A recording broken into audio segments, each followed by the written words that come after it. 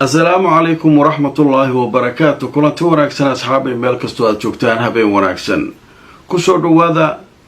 barnaamijkeena habeenimo. Waa habeenimo sabti ah oo xadii ay soo galayso taariikhduna ay tahay 30 Agoosto sanadka 2025.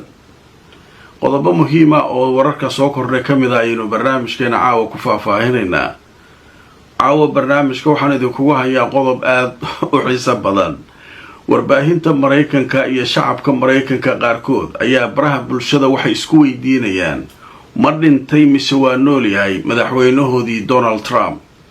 talaadadii ayaa ugu dambeysay inuu dadka soo hor istaagaa la leeyahay. haddaba shaki fara badan ayaa arrinkaa ka soo baxay. wariyaal waaweyn, warbaahintii waaweyneed, shacabkii wixii oo dhan ka hadlaya. maxaa ka jira inuu nool yahay ama inuu dhintay Donald Trump? waa sheeko cajiib ah. waxaynu ka soo qaadan doonaa telefishinka Al Jazeera oo goordhow tafaasiil arrinkaa ku saabsan ka qoray. waxaa sidoo kale barnaamijkan idinkugu haynaa Xuutiga oo dhaartii ugu dambeysay u dhaartay Israa'iil. wuxuuna ugu baaqay dhammaan shirkadaha iyo ajnabiga ku sugan Israa'iil inay isaga guuraan. wuxuuna wacad ku maray inay u aargudi doonaan xubnihii laga dilay ra'iisul wasaarahoodii iyo wasiiradii. haddaba sheekadaas iyana barnaamijkan ku faahfaahin doonaa. qaybaha dambe waxaan idinkugu hayaa Israa'iil oo iyaduna la sheegayo inay wacad ku martay gargaarka inay ka jari doonto Gaza ilaa reer Gaza ay iskaga baxaan Gaza oo ay isdhiibaan. arrinkaasi dunidu maxay tallaabo oo ka qaadi doontaa? Israa'iil se ma dhageysan doontaa?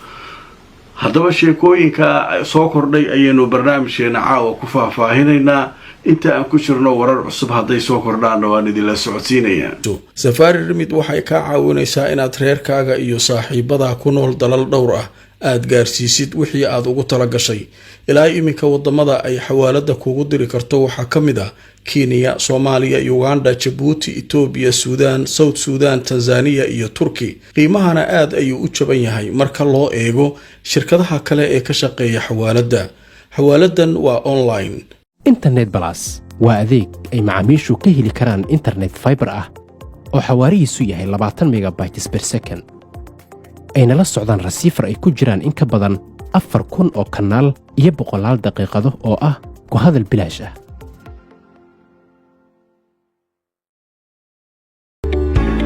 dhammaan bulshada waxaa lala socodsiinayaa gaar ahaan magaalada London in xarunta dhinaca caafimaadka ee French and Overseas Clinic ay ku taalo meel aan ka fogeyn stationka tareenka ee Baker Street ee bartamaha magaalada London. halkaa waxaa jooga dhaqaatiir kala duwan oo ka daaweynaya cudurro ay ka mid yihiin kuwa maqaarka, kuwa carruurta, kuwa haweenka iyo cudurrada guud. dhaqaatiirta halkaa ka howlgashay howlwadanaduba waxay diyaar u yihiin inay wixii caafimaad ay kula qabtaan. ogeysiis muhiim ah waxaa lagu wargelinayaa dadka Soomaalida ee ku nool magaalada Muqdisho iyo guud ahaan Soomaaliya in la furay xarun ay ku midaysan yihiin injineero Soomaaliyeed oo dhanka dhismaha ah. waxaana lagu magacaabaa xaruntaas Vanguard Solutions. waxay ka caawinayaan hindisaha iyo naqshadaynta dhismooyinka kala duwan sida daaraha dhaadheer iyo kuwa gaagaaban, kaabayaasha culus ee dhaqaalaha sida wadooyinka, buundooyinka, eeraboorada iyo dekadaha, iyadoo ay ku adeegayaan injineero khubaro ah oo ka soo shaqeeyay dalka dibadiisa sida wadamada Midowga Yurub iyo Ingiriiska iyo qaar ka mid ah dalalka Bariga Dhexe. waana khubaro ka diiwaan gashan machadyada qabiirada injineerada ee dalka UK sida macadka la yiraahdo Institution of Civil Engineers oo marka la soo gaabiyo loo yaqaano ICE, kuwaas oo ka gaaray heerka aqoontooda C Engineering iyo waliba dib u dhiska iyo dib u dayactirka dhismooyinkii ku burburay dagaaladii sokeeye. waxay sidoo kale ku ballan qaadayaan inay ka shaqayn doonaan adeegyadaasi. fadlan la xiriir telefoonada iyo emailada shaashada ku qoran si aad u hesho injineeradan takhasuska u leh dhismaha kala duwan. kulanti wanaagsan asxaabay meel kastoo aad joogtaan ku soo dhawaada barnaamijkeena habeenimo. haddaba barnaamijkeena caawa oo ah habeenimo sabti ah axadi ay soo galayso waxaynu ku bilaabaynaa sheekada Donald Trump. ninkii Donald Trump ahaa noloshiisii hadda shaki la gelinaa. waxyaabay leeyihiin Mareykanka niman caadi ma warbaahinta wariyaal ka tirsan iyo social media oday waa dhintay iyo waa nool yahay. shaakaa la arkay meeshaas ma la arkin talaadadii ugu dambeysay. mar haddii noloshaada la isku qabsado shaki la geliyo bixitaankaaga soo dhawaado dhihi jiro odayaal aad u aqaano saaxiib lahay marba haddii marroota xaalkaagu seeyahay iyo kugu badato oo maaragtay odagii ma suu noqday ma gabagaba hadda aragtiisu ma socdaa hadday bilaabataa waa khatar waa socdaa ninkaasuu ku leeyahy marka ninkii Trump hadduu nool yahay iyo hadduu dhintay labadaba hadda waxaa saaran miiska noloshiisiya waxaa la isku hayaa nool yahay waa dhintay iyo waa nool yahay waa dhintaa la isku hayaa sidee wuxuu jiraan marka saacadii la soo dhaafay 24 saac la soo dhaafay waliba arrinka aad u xoogaysanaan leeyahay haddaba telefishinka Al Jazeera oo anagu inta badan aan soo xigano wararkooda ayaa waxay ka qoreen warbixin waxay leeyihiin maqnaanshiyaha uu maqan yahay Trump mugdi iyo shaa'icaad ayay keentay iyo wararku turkuteena in la isla dhex maro maxaa ka dambeeya isqarinta uu isqariyay Trump ayaa la leeyahay haddaba warbixintan oo ah mid aad u faahfaahsan oo Al Jazeera dhinacyo kala duwan ay ka soo ururisay waxay leedahay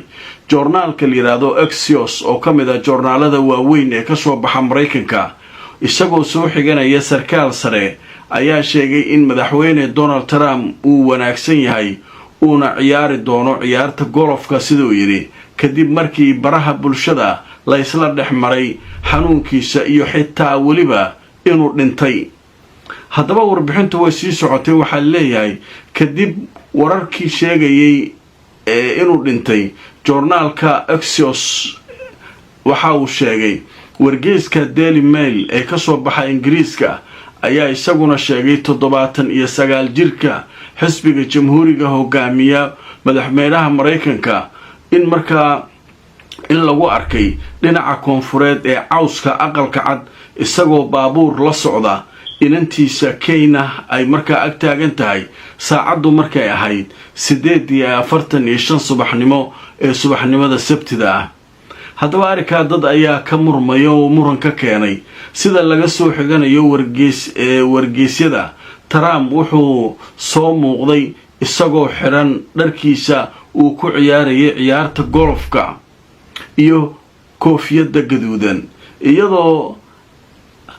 warbixinada la isla dhex marayo baraha bulshada ay ku soo badanayaan su'aalaha ay qabaan in badan oo kamid ah dadka Mareykanka taasoo la sheegay saacadihii la soo dhaafay in su'aalahaas isweydiintoodu ay kor u kacday kadib markii dhowr wariye oo ka tirsan aqalka cad ay ogaadeen in madaxweynaha aan lagu arag meel fagaaro ah tan iyo markii golaha wasiiradu ay yeesheen kulan dheer talaadadii hore warar xan ah oo aan sal iyo raad toona lahayn ayaa la sheegay in ay ka sii darayaan xaaladda kadib markii madaxweynuhu ku-xigeenka J.D. Vance uu sheegay USA Today journalka la yiraahdo inuu diyaar u yahay inuu la wareego haddii musiibo xun ay ka dhacdo Mareykanka Alex Jones ayaa sii huriyay dabka isagoo ka codsaday dadka Mareykanka inay u duceeyaan Trump isagoo ku andacoonaya isagoon wax cadayna u haynin in madaxweynaha uu la kulmayo dhibaato caafimaad oo u muuqata inuu qarka u saaran yahay dhimasho warar la isla dhex marayo ayaa iyaguna wararka mid u eg sheegaya warkan xanta ah ayaa waxaa si degdeg ah u baahiyay wariyaha Axios u beeniyay wariyaha Axios journalka la yiraahdo ninka la yiraahdo Bragg Ravet xogayaha warfaafinta ee aqalka cad Caroline Levitt ayaa shaaca ka qaaday in bishii Luulyo ee la soo dhaafay in madaxweynaha uu la ildaran yahay xanuun markaasi xididada dhiigga aanay ku filnayn qaadida dhiigga taasoo keentay barar qafiif ah in lagu arko lugihiisa iyo jirka qaybo ka mid ah haddaba dhakhtarka madaxweynaha ayaa qoraal uu soo saaray ku sheegay in xaaladda madaxweyne Trump ay tahay mid fiican oo caadi ah su'aasha ayaa sidoo kale la soo bandhigay kadib markii nabar uu ka soo muuqday dhabarka dambe ee gacanta Trump laakiin dhakhtarkiisu wuxuu sheegay in arrinkaas uu yahay natiijada gacanta oo uu ku isticmaalay salaan fara badan iyo daawada aspiriinka uu qaato taasoo la sheegay inay ka hortagto waxyaabaha dhibaateeya wadnaha way marka sheekada run waayo been waayo halle ninkii marka waxaa sheekada soo bixiyay wariyaal waxaa jira ku qoran aqalka cad wariyaal ayaa ku qoran oo meesha taga oo madaxweynaha maalin walba warsiya ninkanuna nin war socdu ahaa talaadadii marka ugu dambeysay madaxweynihii waa waayeen xoogaa xanuun iyo odagana waa laga sheegay 79 sano jira bogtay marka wariyaashu waxay dhahay odagii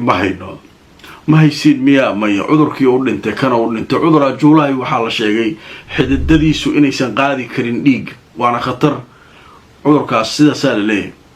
marka waxaa keenaa leeyahay daawo aspirina uu isticmaalo wadnaha iyo waxyaabo badan la sheegaya marka sheekadiisa u socotay odagii waaba tagay waa dhintay waa sakaraad soo baxay marka hadda qaar waxay leeyihiin subaxnimadan sabtida saakay 8:45 daqiiqo ayaa beerta aqalka cad isaga iyo gabadhiisa gaari raacaya la arkay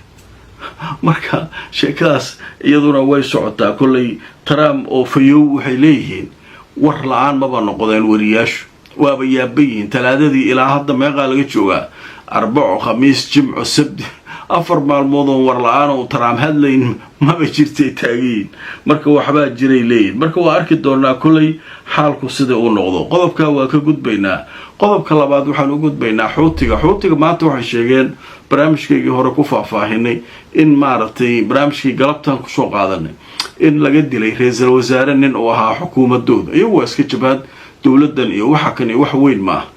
ayagu waxay leeyihiin hogaamiye weyn oo la yiraahdo Cabdimalik al-Xuuti ninkaas marka waa ayatullaahigooda oo kala waayo ninkaas iyo hadii la cuno iyo ragga isaga bedelaya iyo kuwaas marka waa halisa leeyahay marka laakiin ninka laftirkiisu mas'uul dhinaca siyaasadda ahaa oday iska ahaa asagii wasiirada shiraaya ay Israa'iil duqeysay laakiin hadda waxay wacad ku mareen inay aar gudan doonaan haddaba marka aan idin tuso wararkii ugu dambeeyay sheekadaas xuutiyiinta waxay wacad ku mareen inay Israa'iil ka aarsan doonaan haddaba ninka madaxda waa golaha siyaasadda sare ee Ansaarullah xuutiyiinta ayaa wuxuu sheegay ra'iisul wasaaraha iyo kooxdii la socotay ee dhimatay ee shahaadada ahaa ee la bartilmaameedsaday cadawga inay u aargudi doonaan ilaahi hortiis ayaynu ballan ku qaadnay shacabkeenana waan u sheegaynaa in markaa shuhadadeena iyo dadka dhaawacmay aynu u aargudi doono ay yiraahdeen haddaba waxay soo kala sheegeen inay sii wadi doonaan awoodooda ay sare ugu qaadayaan ciidankooda iyo horumarintooda dhanka kale waxay tala u soo jeediyeen shirkadaha ku sugan gudaha Israa'iil iyo dadka ku sugan halka inay isaga baxaan inta waqtigu hadda uu markaa waqti yahay inta aan la isku imaan meesha waaba la holcin doonaa ilaa nimanka xuutiga wallahi billahi kawaa ka cararaysa haday ku bootayaan waxay leeyihiin wixii shirkada wixii dad meesha jooga ka carareen waa holcinayna ilaa meesha wax aan ka dhaxayno mana waa u aargudaynaa ra'iisul wasaaraheena iyo wasiiradiina laga dilay midaan ku dhigno Israa'iil waa la arkay marka waa la arkayaa kulay dhanka kalena kooxaha Falastiiniyiinta oo ugu horeyso Hamas ayaa iyaduna ka tacsiyadaysay geerida ku timid mas'uuliyiinta xuutiyiinta oo markaa ay sheegeen inay ahaayeen dad shahiiday iyagoo difaacaya walaalahood iyo maaragtay aragtidooda loo weeraray haddaba warbixinta intaas ay kaga gudbaan qadar xaysiisa kadib Israa'iil ayaa iyaduna waxay wacad ku maraysaa inay raashinka dhanka jari doonto Gaza xalay wixii ku dhacay dhibaatadii loo geystay dadku waaba gaajaysiinayna dhase uga baxaan Gaza uga cararaan waaba ka carari waayeen haddaba sheekadaasu maxay isku bedeli doontaa waa arki doonaa wixii dhaca متعشى برشاد القرآن الكريم كا يعلم تشريعه هب عصري أونلاين أديكو جوجا كوريجا أما قبض هذا شقدا مركز دار التقوى وحكومة بري القرآن كهب عصري أونلاين ما دون كتكبر كرتو حكم ذا القرآن الكريم كا إجادة لغة عربية إيو علوم تشريعه استوى قلت وايد سعوطة فضلا هروكاد بحيث فاهينك الحديد من برض الشاشة كان المغضى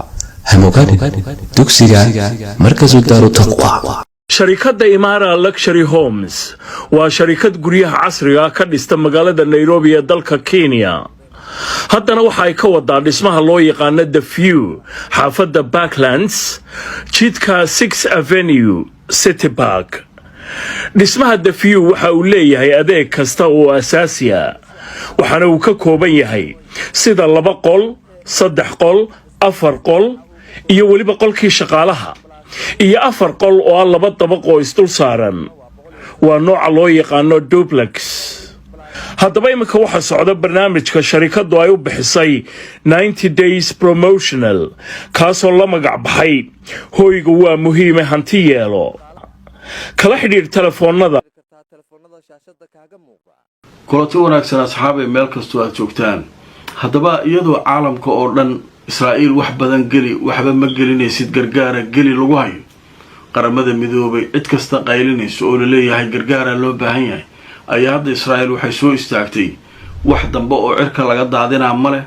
wax dambe oo baabuur oo galaa male. ha yaraadeen waa yaryiin soo ma dhaynaa waaba jaraynaa kulligood. maxaa dhacay? dadka ka baxeen Gaza waa rushaynaynaa iyada dhan, wax walba ku buufinaynaa, laakiin dadka reedka waa inay ka baxaan. maxaa dhacay? meeshaas marka waa inay askar badan nooga dhimato wax nooga noqdaan ma rabno. marka raashinka wax dhan ka jaraynaa dadka ayaga baxay. yab adduunyadii marka ilaa indhaa ka soo haray. haddaba marka aan idin soo tirada la yiraahdo Sharqul Awsad ayaa caawa qoraysa warbixinta waxay leedahay Israa'iil waxay sheegtay inay joojin doonto gargaarka iyadoo ku qasbi doonta dadka ku nool madiinada Gaza inay halkaa isaga baxaan. waa sheeko waalan. awla la isku haysto lahaa raashinku waa yar yahay, waa gargaarka waa sabay hadda waxaa dhacay wasiiradii arrimaha dibadda midowga Yurub iyaguna waa kulmeen. Israa'iil wixii laga yeeli lahaa isku khilaafeen aleeyay. dowladda Israa'iil wixii laga yeeli lahaa diidana jira iyaga dhexdooda isku raacina lagu leeyahay. waa khilaaf ka dhacay. marka meeshan wax badan ka socda adduunkan waa arki doonaa wixii soo kordha. barnaamijkeygii ugu dambeeyay barnaamijyada maanta aan idin soo gudbinaynay habeennimo inta ayaan ku soo gabagabaynaya. haddii Allah idmo berito iyo barnaamijyadeena soo socda ayaynu wixii cusub isku waraysan doonaa. la gareey oo shir gareey fakarkiina aragtidiina ka dhiibta inta aan mar kale kulmayno asxaabay nabadgelyo.